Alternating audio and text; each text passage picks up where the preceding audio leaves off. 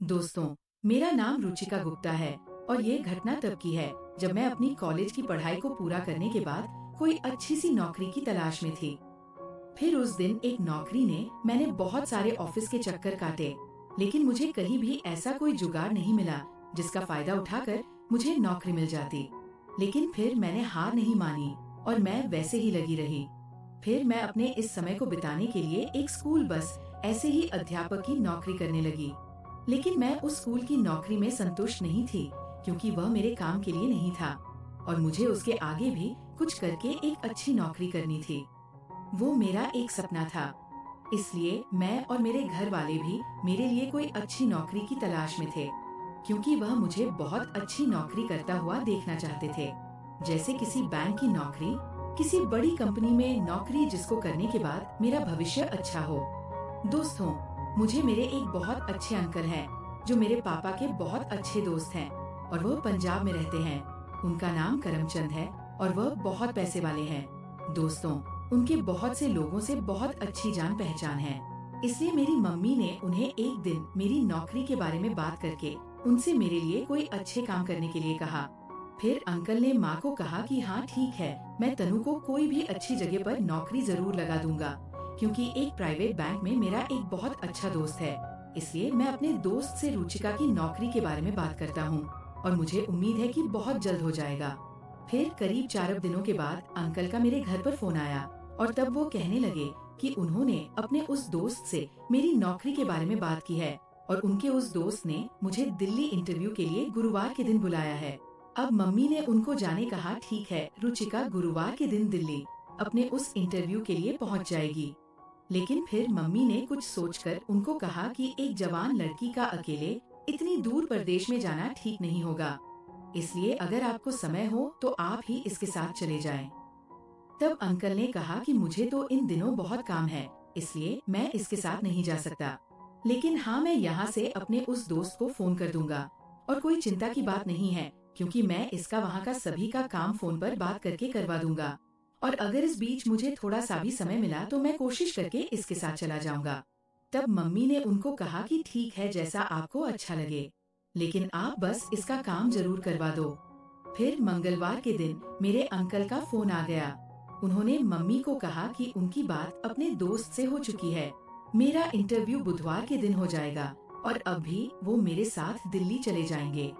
उन्होंने मेरे काम के लिए समय निकाल लिया है। दोस्तों, उनके मुंह से ये बात सुनकर मम्मी ने खुशी होकर कहा कि हाँ ठीक है, ये तो बहुत अच्छा है कि आप भी तनु के साथ चले जाएंगे, जिसकी वजह से हमें बिल्कुल भी चिंता नहीं होगी और फिर आपके साथ में जाने से बहुत फर्क पड़ेगा। अब अंकल ने कहा कि वो आज शाम तक हमारे घर आ जाएंगे और दिल्ली के लिए वो मेरे साथ कल सुबह जल्दी ही निकल जाएंगे। फिर वो रात को करीब 8 बजे हमारे घर पहुंच गए। उनके आने के बाद माँ ने उनको खाने के लिए पूछा, लेकिन उन्होंने मना कर दिया। वो कहने लगे, मैं खाना खाकर आया हूँ। कुछ देर बाद माँ ने उनको चाय बना कर दी।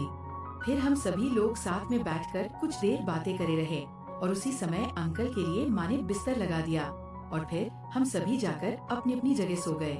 फिर अंकल अगले दिन सुबह 5 बजे उठकर मैं और अंकल दिल्ली के लिए रवाना हो गए। कुछ घंटों के सफर के बाद हम दोनों दिल्ली पहुंच गए। वहां पर पहुंचकर अंकल ने मुझे नाश्ता करने के लिए पूछा। फिर मैंने उनको मुस्कुराते हुए कहा कि हाँ, मुझे इस समय भूख तो लगी है, इसलिए कुछ खाना तो पड़ेगा। और फिर हम दोनों एक रेस्टोरेंट में नाश्ता करने के लिए जाकर बैठ गए। तभी मैंने देखा कि वो एक बियर बार था। मैंने अंकल से कहा, ये तो बार है। आप अंकल ने मुझसे कहा कि माफ करना, ये गलती से हो गया, मैंने उस तरफ इतना ध्यान नहीं दिया था। चलो हम किसी और रेस्टोरेंट में चलकर बैठते हैं। फिर हम दोनों पास के ही एक होटल में चले गए और फिर हम दोनों ने वहाँ पर बैठकर नाश्ता किया। वहीं से उन्होंने मेरे सामने अपने दोस्त को फोन किया, उसको बताया कि हम लोग दिल्ली पहुँच गए हैं। अब उनके दोस्त ने फोन पर अंकल से कहा कि आज अचानक मुंबई से उनके बॉस लोग आने वाले हैं। उनके आने के बाद मेरा इंटरव्यू का काम हो जाएगा। और ये बात मुझे बताकर अंकल ने मुझसे कहा कि जब तक उनके उस दोस्त के बॉस लोग आए तब तक हम दिल्ली ही घूम फिर लेते हैं। फिर इस तरह से हम दोनों करीब 3 बजे तक दिल्ली में घूमते ही रहे। फिर मेरे कहने पर उन्होंने दोबारा अपने उस दोस्त को फोन किया। अब अंकल के दोस्त ने मेरे अंकल से कहा कि उनके बॉस की फ्लाइट देरी से है, इसलिए वो शाम तक आएंगे। और अंकल ने वो सुनकर कहा कि ठीक है, हम लोग शाम को 7 बजे तक ऑफिस पहुंच जाएंगे। उनके दोस्त ने कहा हाँ ठीक है, आप आ जाइए।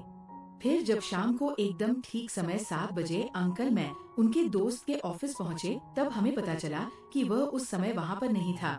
और मेरे अंकल ने फोन करके उनसे पूछा, तब उनके दोस्त ने कहा कि उनके बॉस आज रात को यहीं पर रुकेंगे, इसलिए हम लोग भी अब एक कमरा लेकर कहीं किसी होटल में रुक जाएं। फिर मेरे अंकल ने एक होटल में पहुंचकर हमारे लिए एक कमरा किराए से ले लिया और फिर हम दोनों उस कमरे में चले गए। तभी वह मुझसे बोले कि अगर मुझे फ्रेश होना है तो हो जाऊं। अब मैंने उसको कहा कि हाँ ठीक है, मैं भी फ्रेश होकर आती हूँ। और फिर मैं तुरंत फ्रेश होकर बाथरूम में चली गई। और जब मैं बाथरूम से बाहर आई तब मैंने देखा कि उस समय अंकल ठंडा पी रहे थे। उन्होंने मुझे देखकर मुझसे भी ठंडा पीने के बारे में पूछा। तब मैंने उनको कहा कि हाँ मुझे भी पीना है। फिर उन्होंने मेरे लिए भी एक गिलास में ठंडा भरकर मुझे दे दिया। फिर उसको पीने के बाद कुछ देर बाद मुझे हल्का हल्का सा नशा होने लगा। ये बात मैंने अंकल को बताई। तब अंकल ने मुझसे कहा कि तुम कुछ देर लेट जाओ, तुम्हें आराम आ जाएगा। और वह मुझे पकड़कर बेड के पास ले गए। फिर उसके बाद उन्होंने मुझे बेड पर लेटा दिया। अब वो बड़े ही प्यार से मेरे सर पर अपना हाथ घुमाने लगे।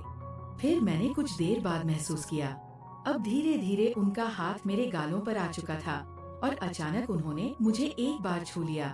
अब मैं उनकी इस हरकत की वजह से एकदम हैरान रह गई। मैंने उनको कहा कि आप ये क्या कर रहे हैं अंकल? उन्होंने मुझसे पूछा कि क्या हुआ, और वैसे भी आजकल ये तो आम बात है और फिर किसी और इसके बारे में पता भी नहीं चलेगा। अब मैंने उसको कहा कि नहीं, ऐसा मुझे करना बिल्कुल भी पसंद नहीं है और आप वैसे भी मेरे अंकल हो। और उसे उन्होंने मुझसे कहा इस बात से क्या फर्क पड़ता है, और मुझसे ये कहकर वो मेरे पास लेट गए और अब उन्होंने मेरी शर्ट के बटन खोलने शुरू किए। दोस्तों, उस समय मैंने उन्हें रोकने की बहुत कोशिश की, लेकिन वो नहीं मानी। मुझ पर उस समय बहुत नशा, कमजोरी आ गई थी। उस समय उस बात का फायदा उठाकर उन्होंने अब वो मुझसे कहने लगे कि ये इंटरव्यू तो एक बहाना था। मैं तुम्हें दिल्ली इसलिए लाया था क्योंकि बहुत दिनों से मेरी नजर तुम पर थी। तुम मुझे बहुत अच्छी लगती हो और मैं एक बार तुम्हारे साथ कुछ करना चाहता था, लेकिन मुझे ऐसा कोई मौका हाथ नहीं लगा। इससे मैं पूरा फायदा उठाकर तुम्हारे साथ ऐसा कुछ कर सकता और मैं उसके लिए विचार करने लगा। फिर जब उस दिन तुम्हारी मम्मी ने मुझे फोन करके तुम्हारी नौकरी के लिए कहा, तब मुझे लगा कि ये मेरे लिए बहुत अच्छा मौका है जिसका मैं आज बड़े अच्छे से फायदा उठा रहा हूँ। दोस्तों, मुझे उनके मुंह से ये बात सुनकर अपने कानों पर बिल्कुल भी विश्वास नहीं हो रहा था और फिर मैंने ये सभी क्या और कैसे करना है इसका विचार बनाया। दोस्तों, मेरे बहू अंकल मुझसे जब ये सभी बातें कर रहे थे, उन्होंने मुझे ये सच्चाई बताई। तब मेरे नशा एक ही झटके में उतर चुका था।